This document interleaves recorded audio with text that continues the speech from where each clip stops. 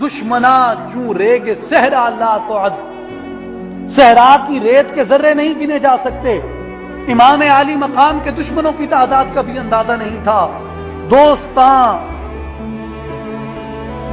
دہبہ یزداں ہم عدد، اور ان کے دوست لفظ یزداں کے ہم عدد یعنی صرف 72 تھے۔ اور وہاں پہ کیا ہوا؟ سر ابراہیم و اسماعیل بود، یعنی اجمال رات تفصیل بود۔ کربلا میں کیا تھا؟ کربلا میں حضرت ابراہیم اور حضرت اسماعیل کے راز کو منکشف کیا گیا، حضرت ابراہیم اور حضرت اسماعیل کے راز کی تکمیل کی گئی، یعنی اجمال رات تفصیل بود۔ وہ اشارہ جو قرآن نے ذبح عظیم کا دیا تھا، امام علی مقام نے اس اشارے کو تفصیل فراہم کی۔ عزم او چوکو سارا استوار، پائے دارو تند و سیرو کامگار۔ ان کا عزم پہاڑوں کی مانند محکم تھا، پائیدار تھا، آمادہ بعمل تھا، اور وہ کامیاب ہوئے۔ تیغ بہر عزت دین است و بس، مقصد او حفظ آئین است و بس۔ امام علی مقام کی تلوار صرف دین کی حفاظت کے لیے وہاں پہ نکلی تھی، امام علی مقام کی تلوار صرف اللہ کے آئین کے نفاذ کے لیے وہاں پہ اٹھی تھی۔ خون او تفسیر این اسرار کرد، ملت خاپیدہ را بیدار کرد۔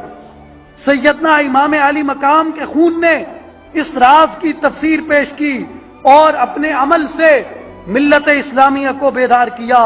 تیغلا چوں از میاں بیروں کشید، از رگے ارباب باطل خون کشید۔ انہوں نے صحرا کی زمین پر جب لا کی تلوار میان سے نکالی تو اہل باطل کی رگوں سے خون نچڑ گیا، اور نقش الا اللہ پر صحرا نوشت۔ تم سمجھتے ہو کہ وہ امام علی مقام کی گردن سے خون ٹپک رہا تھا، وہ خون ریت میں مل رہا تھا، وہ خون مٹی ہو رہا تھا، وہ خون کیا ہو رہا تھا؟ ارے مسلمانوں نہیں، نقش الا اللہ پر صحرا نوشت۔ امام علی مقام کا خون کربلا کے صحرا کی ریت پہ لا الہ الا اللہ کا نقش قائم کر رہا تھا۔ نقش الا اللہ پر صحرا نوشت، سطر عنوان نجات ماں نوشت۔ ہمارے عنوان کا جو مضمون ہے، ہماری نجات کا جو مضمون ہے، ہماری نجات کے مضمون کا عنوان امام حسین کے خون سے لکھا گیا۔ اور پھر اقبال کہتے ہیں رمز قرآن، قرآن سمجھنا چاہتے ہو، قرآن کی رمز سمجھنا چاہتے ہو، قرآن کے راز سمجھنا چاہتے ہو، قرآن کے اسرار سمجھنا چاہتے ہو، قرآن کے رموز سمجھنا چاہتے ہو، خدا کا دین کس طرح مکمل ہوتا ہے؟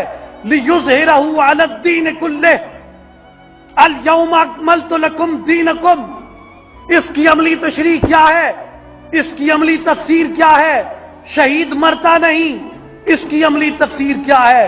شہید زندہ ہے، اس کی عملی تفسیر کیا ہے؟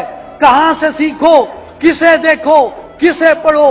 نوجوانوں، کس کی سیرت تمہاری سیرت کی تعمیر کر سکتی ہے؟ اقبال کہتے ہیں رمز قرآن از حسین آموختیم، ہم نے قرآن کا راز امام علی مقام سے سمجھا ہے۔ ذاتش او شعلہا اندوختیم، اور انہی کی روشن کی ہوئی آگ سے ہم نے آزادی کے شعلے اکٹھے کیے ہیں۔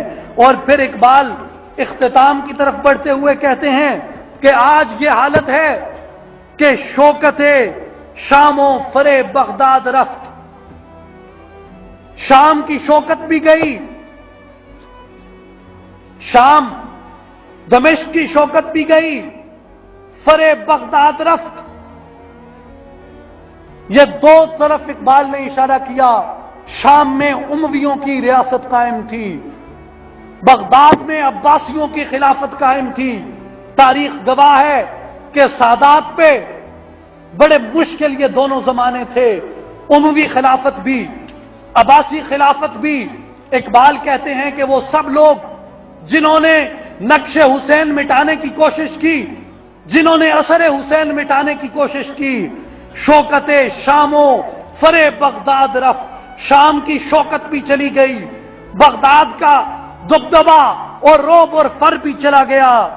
سطوت غرناطہ ہم مزیاد رفت. غرناطہ یعنی اسپین کی سطوت بھی ہمارے دماغ کی یاداشت سے نکل گئی. تارے ماں الزخم اشلرزا ہنوز. لیکن امام عالی مقام کی ذات گرامی ہے کہ ان کے جسموں پہ لگے ہوئے زخموں سے آج بھی ہماری روح وہی درد اور تکلیف محسوس کرتی ہے. یہ وہ جیسے آج ہمارے سامنے امام علی مقام کا لاشا موجود ہے.